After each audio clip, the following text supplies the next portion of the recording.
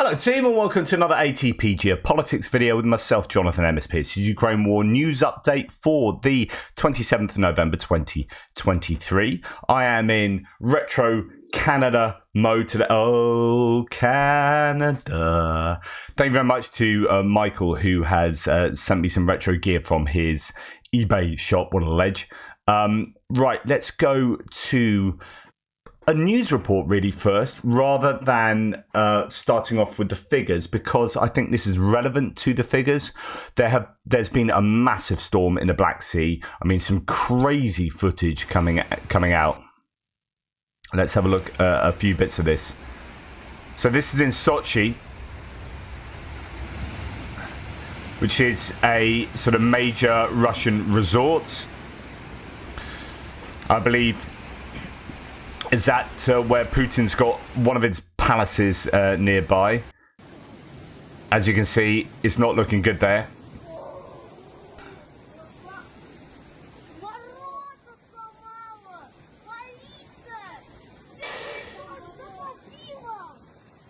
So you might think, okay, fair enough. What relevance does this have? Few points to make to that. I mean, first of all, this is going to properly affect, Russian economy in the area, in terms of that being a sort of resort central, so on and so forth. You can see, lots more footage regarding that. But actually, it's taken out, as you can see here, it's taken out railway, which I think is really significant. I don't know how long term that damage will be, but the sea is right up, undercutting the railway there, causing all sorts of issues. So that is a major challenge for the Russians in terms of logistics, although I don't know how much goes through this kind of area in terms of the war effort. Probably limited amount, given it's coming from the south. But also we have here, I mean, this is unconfirmed at the moment, Russian mass media writing that the Russian patrol boat, a Raptor patrol boat, has broken in half near the coast of Sevastopol. I don't know whether that is definitely a military craft, but it could well be a patrol boat, and that is what is being reported by the Russian media apparently. So that is highly significant. And not only that, but there are all sorts of issues for the defences along the Crimean coast. So this is the Crimean coast here, and it is pretty much like that all the way along the coast. If you remember, I've got it somewhere. I thought I had that ready to go. No. If you remember, there was a video that I showed you some time back of all the trenches. Let me find it. So here we are. I've found a few bits of footage I wanted to show you. You can see here that this is, pretty bad weather there. I mean, that is Sevastopol, I think, getting absolutely battered, or another settlement along the shoreline. And when you look here, I mean, this is apparently the strongest storm in the Black Sea in the last 100 years. 9-meter waves along Crimea. Entire coastal line of defense was washed away. Flooded trenches washed away. Engineering structures and firing positions, including on Cape Tarkankut. Now, this is really significant when you consider, this is worth looking at. So these fortifications that were all built up, they had all these trench lines ready for a possible attack, and these are evident on all sorts of satellite imagery, and we'll look at that in a second, where you've got dragon's teeth, bunkers, trench networks, wood used to reinforce trenches. And then you see, this sort of footage. These were the kind of areas of the trench network there. So I don't even remember this video that I showed you ages ago. Someone scrolling through the satellite imagery show. I think it's Brady Afric, one of the original ones doing this. But this is all of these bits of trench line will have been washed away. I'm pretty sure that's the end of that. Now, whether that gives the Ukrainians an opportunity to do some kind of amphibious attack, I don't know. I don't know about the potential for that, how sensible that would be. But if they're going to do it, kind of now might be a fairly good time, because there would be no fortifications. again, I don't know how good those fortifications were, etc., etc. But there have been huge storms, and those storms have brought ramifications. Now, the storms have also stretched inland, and we have seen massive blizzards and whatnot. Bad weather in Ukraine leads to floods, power outages, traffic issues. Storms, strong winds, and heavy rain and snowfall in much of Ukraine has led to floods, power outages, and traffic problems, as mentioned. And Anton Gerashchenko here shows a bit of footage. This is not during the blizzard, but after the blizzard. So you can see that, you know, heavy snow drifts have stopped traffic. There'll be issues maybe with energy, infrastructure, and all sorts. I've seen some pylons that were knocked down. So that is a real challenge. I mean, that kind of snow is pretty insane. Some of the blizzard footage I saw last night of people in the blizzard was insane. It does remind me of being in what's that place?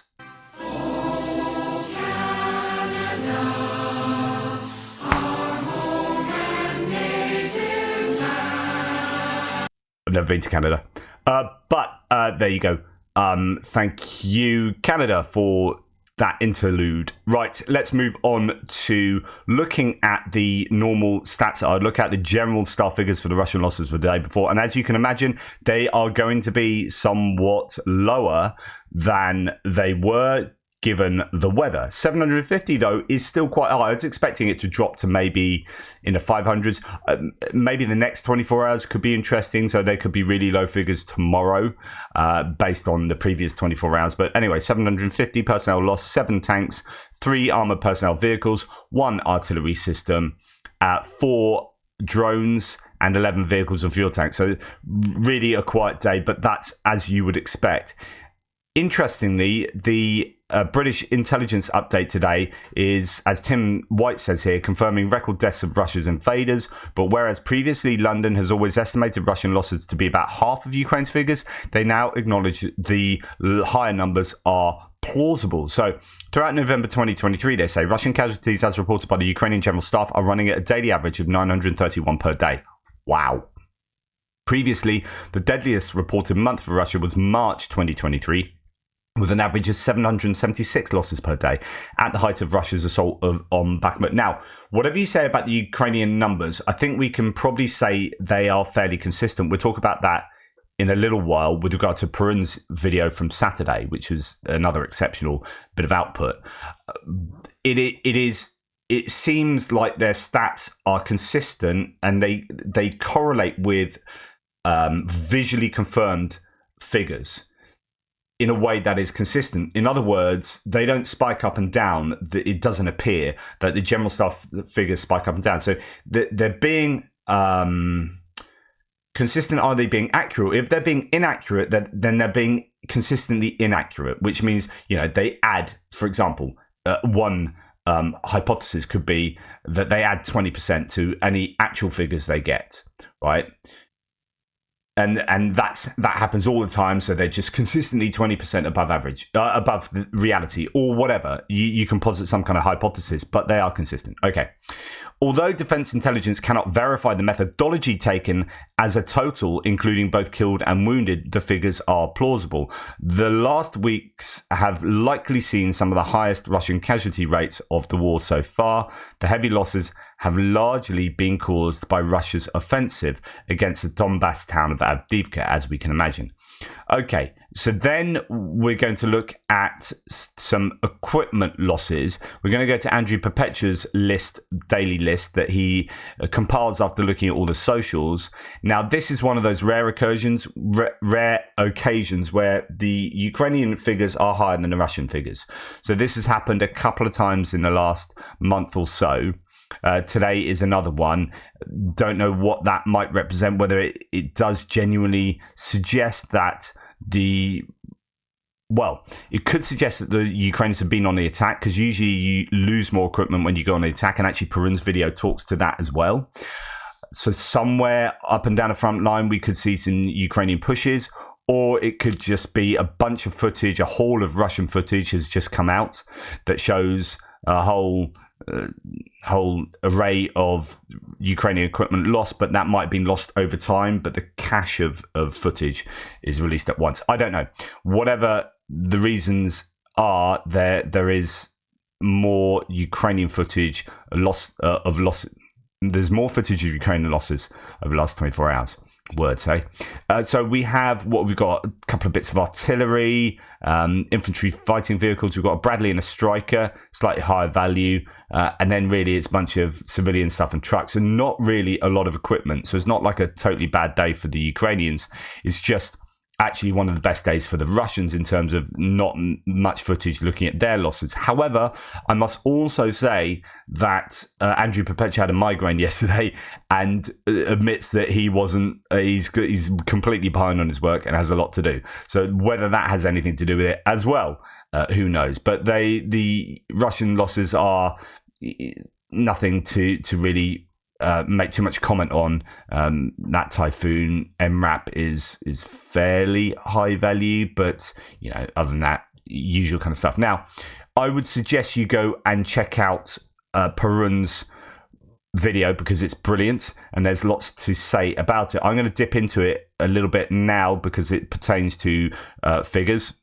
Another interesting exercise I thought I might do here is comparing what we can see in the visually confirmed loss data with what we're getting out of official government sources. If you've followed my videos for a while, you know I don't really use official Ukrainian or Russian statistics. Russian statistics because they are absurd to the point of literally being impossible in several equipment categories, while the Ukrainian figures I avoid. A really good point there, because it's not because that's what I say. I mean, that's why I say that regularly, because it's true. They are just nuts. I've even had people the last few days say, "Why don't you give Russian stats?" It's because they're bonkers. Last time I looked, it's sort of 456 fixed-wing aircraft, and Ukraine only started a war with 226 or something.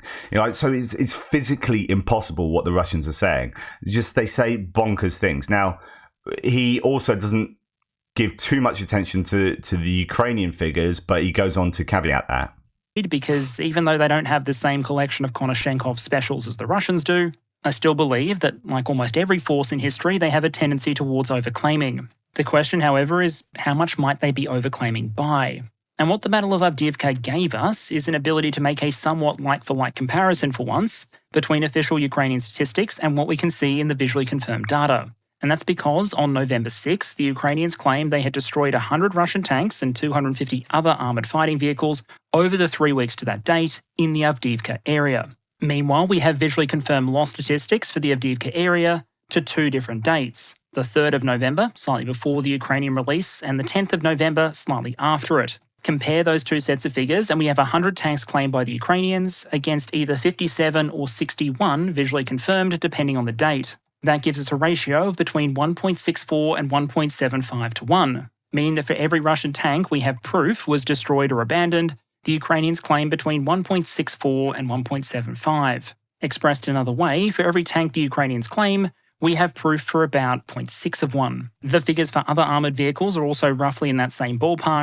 In other words, the visually confirmed losses, the benchmark minimum, and of course it's going to be more than that because that you aren't going to have visual confirmation of everything. There isn't going to be one-to-one proof, as I've said many times. It runs at 60% to the claims. 250 claimed by the Ukrainians against 141 or 159 visually confirmed depending on the date. That gives a ratio of between 1.57 and 1.77, meaning again, for every armoured vehicle the Ukrainians claim, we have proof of about 60% of 1. Now, to me acting as an analyst, there are a couple of things about those figures that stand out. Firstly, the ratio for different vehicle types, tanks versus AFVs, is actually relatively close together, which might suggest, noting a very small sample size here, that Ukrainian claims are at least correlated with the losses that we can visually confirm, and they're not just metaphorically throwing darts at a board in order to figure out how many vehicles they're going to claim. That's that consistency point. So the data correlates to reality, and it correlates in a very tight couple of ranges there over those 2 categories that indicate that they aren't just pulling random figures on a daily basis and say, we've destroyed 56 APVs and 24 tanks. Where have you got those numbers from? My posterior. There seems to be, the reality is the basis of what the general staff are saying. How much of a percentage markup there is open to debate. I'd also suggest that given what we're comparing here, those ratios are actually really tight. While there are obviously error pressures in both directions for visually confirmed losses, there are reasons you can have numbers that are too high or too low. I've explained before in the past why, on balance, I think visually confirmed losses tend to be overly conservative. It relies on every loss being visually documented, reported, and then tracked. In this case, we also have the issue of equipment not being accurately geolocated. Meanwhile, historically, we would expect everyone from troops up to the highest level of commanders to overclaim. Whether out of confusion, optimism, self-promotion, or 100 other factors, you would expect even a relatively robust official claiming system to give a number that was somewhat high. And so all things considered, I think a spread of 1.57 to 1.77 is actually pretty tight. And if I had to put down money on where the actual number lay, it would be between those two figures. There are obviously limits to how far we can draw lessons from this particular exercise, but particularly for those of you who regularly interact with Ukrainian official statistics, I thought you might find this exercise interesting. The final way I wanted to cut the data here was to show those relative loss ratios for tanks, armoured fighting vehicles, and self-propelled guns, but split up across those various. This is still war, and there are entirely reasonable objections that people might raise. Sorry about that. My hand suddenly went nuts just when I had it completely laid up. My MS went, and my hands tremble. Okay, so then I'm going to come on to this part of his video, just finally, as far as Perrin's concerned. Entry might be, this is still war, and there are entirely reasonable objections that people might raise. And so my final thoughts here are going to be trying to reconcile what we're seeing in this data to what we see in the war as a whole. Because there are, for example, pro-Ukrainian sources that claim even better loss ratios than I've examined here, while on the pro-Russian side, there are some that assert that Ukraine is actually losing more stuff than Russia is, and that everything is still presumably going according to Russia's broader attritional plan. To try and address those and explain why Avdiivka, Kherson, places like that might matter, there are three, hopefully non-controversial assumptions I want to make. The first is that having more material doesn't necessarily guarantee victory. Tactics, morale, force quality, and 100 other factors matter as well. But in this kind of hard attritional fighting, material certainly helps. And if you want to keep fighting, whether attacking or defending, you're going to need stuff. Point 2 is that Russia began the war with more stuff than Ukraine. And point 3 is that Russia has been able to pull more ammunition, vehicles, and other material out of storage or from other sources than Ukraine has likely received from its allies. So on paper, with Russia, so you need more material. You need lots of material to keep going on. Otherwise, you will culminate, right? So you need a bunch of stuff. Russia started with way more stuff than Ukraine, and is able to replace stuff from storage at a greater rate than Ukraine is able to get stuff from their own storage or from allies, right?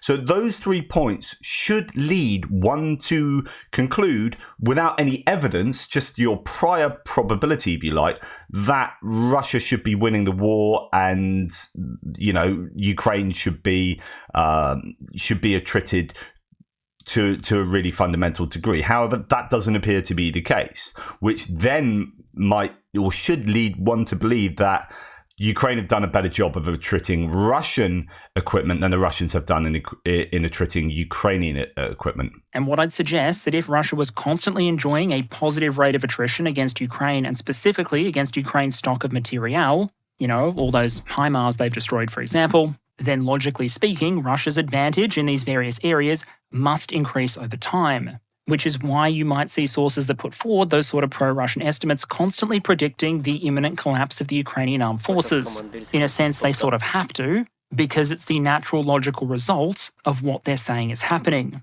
But obviously, the Ukrainian military hasn't collapsed in 2022 or 2023, and is still able to obtain local initiative on parts of the front, while doing a lot of damage fighting on the defensive in others, which puts reality and those estimates in direct conflict. And whenever reality and an estimate clash, it's the estimate that's going to end up knocked out on the car park pavement. By contrast, if some of the most optimistic pro-Ukrainian estimates were true, then the battlefield outcomes would probably be less balanced than what we observe. We probably would have expected more results out of the Zaporizhzhia push, and for Russia not to have enough resources to feel confident launching the attack it's launched at Avdiivka. So reality, I'd suggest, is probably somewhere in the middle, but much closer to the Ukrainian estimates than the Russian ones. Ukraine has been able to fight an often attritional war with Russia despite having significantly less materiel, in part because it has consistently been able to maintain a positive exchange rate of its materiel for Russia's. That suggests that in order to maintain or improve its position and to be able to launch offensive actions, and to launch offensive operations where, for example, losses might temporarily get much closer to 1-to-1 or even negative for Ukraine, you could argue that Ukraine really needs battles like Vuhledar or Avdiivka.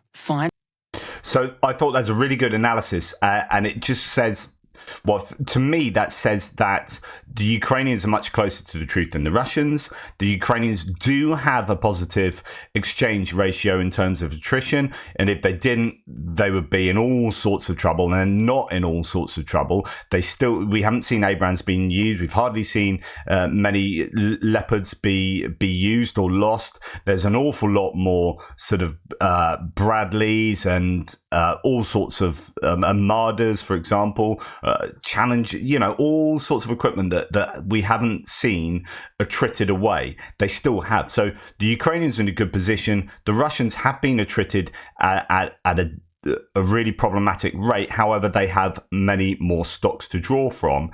At some point, one would assume there will be a tipping point. But it goes back to the Ukrainians really need that 4 or 5-to-1 attrition rate on a daily basis. And obviously, when you get days like this, if this is an accurate day, given all the caveats I said, and, Andrew not being on top of his game yesterday. So,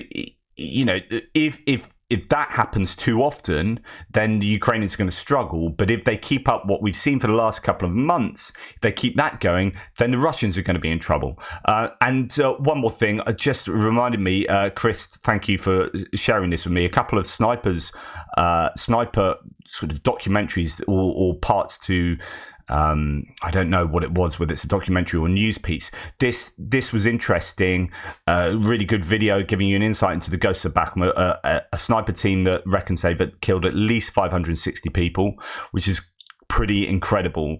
And there's one point in that where they talk about having to submit stats to the general staff, and talk about having to provide video evidence for confirmed kills. But he says, I think it's something like that's only 30% of the kills. Like there are many more kills, but they can't provide the evidence of that because they don't have the footage for it. So again, that goes back to possibly undercounting the general staff figures, possibly undercounting some of the losses. Really interesting, and it also talks to the general staff not pulling figures out of their posteriors, but actually having a criterion that you have to, or a set of criteria that you have to fulfill in order for those figures to go on the daily stats. So, yeah, interesting stuff. Right.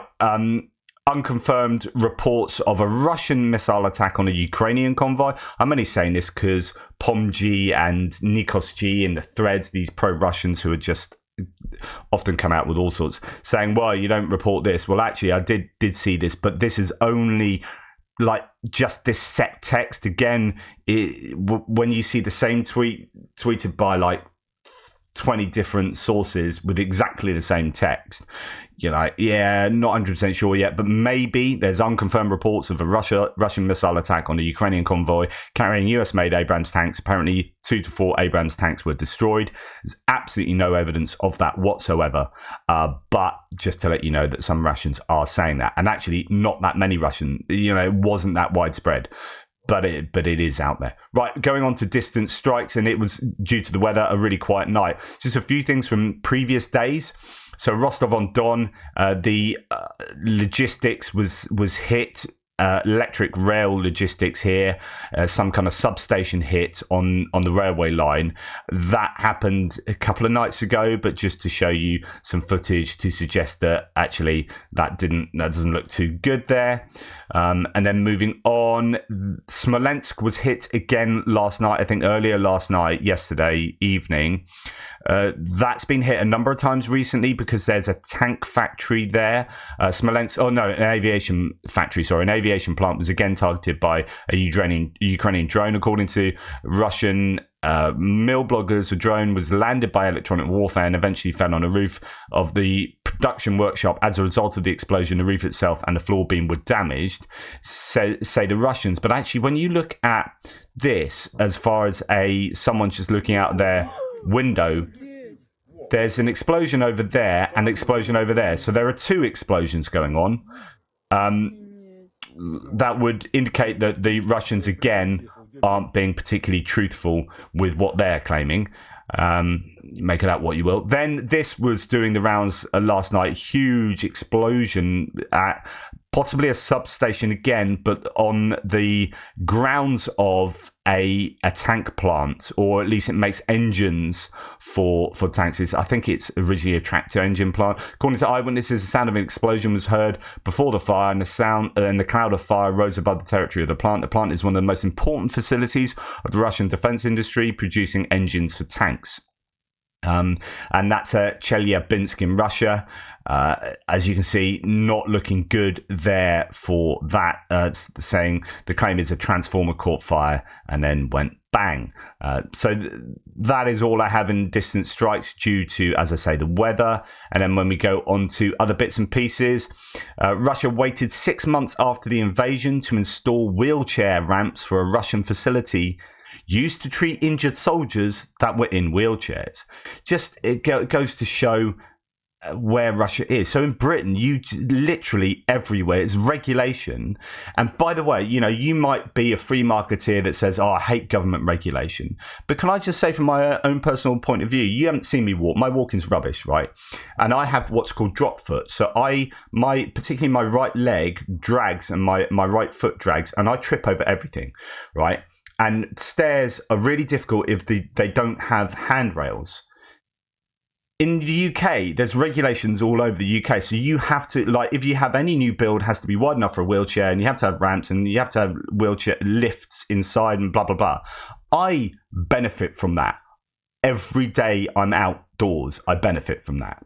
I went on holiday, as you know, to Crete this year, which is fantastic. Really loved it. But the hotel had loads of stairs without rails that I found it, and trip hazards bloody everywhere, like flagstones that were like that above the next one, and I was really quite dangerous for me, and I had to, my partner had to help me walk around quite a bit. So it's just interesting. I never thought about this before. I never thought about accessibility before, but for me, accessibility is now really important. And you might look at me as your average Joe. Look, I speak to you on these videos, and I look no different from you in terms of maybe my health and whatnot. But when I start moving around, things are a lot more difficult. So it just beggars belief that a facility in Russia built for injured soldiers, or used to treat injured soldiers, takes 6 months to get a wheelchair ramp. It's just a little thing like that. It's these little things that tell you so much about that country. Just incredible. Job has been so employees to get time off for overtime hours, but there have been no salary rises, even though the job has become much harder. For the first 6 months after the full-scale war started, the facility didn't even have ramps, and staff members had to carry patients who arrived in wheelchairs up and down stairs. What? No lift, no ramps, and you're treating injured soldiers, many of whom will have amputations and can't walk. What are you doing? It's a shame about amputees, says Rizkova. But what kind of a rehabilitation can they do at a sanatorium? It's not a specialised centre. No, it's not a specialised centre. But you know what? If it takes 6 months to build a ramp there, just a bit of concrete at the front or whatever, then I don't think the money and the care in your system is going to the right places. Right. Here we have some real dissatisfaction from families inside Russia with the military. There have been these behind closed doors meetings. Here's one in Novosibirsk. And these family members have been called agents of influence of foreign intelligence services by propagandist Solovyov, right? And actually, this woman here addresses that. But interestingly, when you listen to them, I mean, they're actually like having a bit of a go at Putin here, as in not directly in a kind of Putin, you're a douche kind of way, but you don't have good information. And so this person says, please film, I'd like to send my regards to the propagandist Solovyev. He published on his channel a post that is based on I don't know what, where he listed people that are enemies of the people, Navalny supporters and many more. In our hall, although there aren't many of us, we're real. And it looks around the hall. We're the relatives of the mobilized, wave a hand. We all have our proper proofs, so when you recklessly publish unconfirmed information for the whole country, you're getting a bit confused, Vladimir. I don't know whether that's saying you are confusing Putin or Putin is confused and spreading wrong information. We're not enemies of the people. We are the people. Our sons and husbands on the front are the people. With your rash actions, it is dividing the people into two parts. So your rash actions being Putin's rash actions. So this is fairly skating. This is skating close to the mark. Next time, check your information, she says. And the people will meet outside who are not with us. Let's also ignore them. We know our line. We love our motherland, and we stand for our men like they do for us now. So there's a couple of interesting or important points to make here. One is that actually these people aren't necessarily against the war. They are standing with their motherland, and they stand with their men like they do for us now. In other words, they're fighting for us. Yay, that's great. So what this is more about, I mean, the main point about this is that they are angry with the way that their mobilized relatives are being treated. That will be the training, that will be the equipment, that will be the conditions, all sorts of, really controversial context for these troops. I mean, here Chris Owicki says about this, and there is further footage from that meeting. Relatives of mobilized Russian soldiers fighting Ukraine say their men call themselves slave warriors. They're exhausted, depressed, serving with serious diseases or injuries, equipped at their own expense, commanded by drunkards, and sent to die in meat assaults. Those are the things they're complaining about. And when you start having family members voicing those concerns in public, I say in public, this was a closed door event that was recorded by themselves, but this is getting out, and she's saying, let this get out, let this footage get out to let people like Solovyov know. You have discontent within the ranks of the rank and file Russian people and families of soldiers. I think this is worth taking note of from our point of view, but also the Russians need to take note of this. The Russian military, do they quash this, or do they do something about it? And if they quash it, does it become like whack-a-mole, where then that kind of discontent spreads because you're trying to quash those observations, and it then becomes more and more difficult, and it kind of spirals. It'd be really interesting to see where this kind of rhetoric goes. Anyway, that's enough from me. Not a crazy amount of news, but quite a bit of analysis today. I hope that was okay for you. Please like, subscribe, and share. And just remember, the important takeaway from today is this.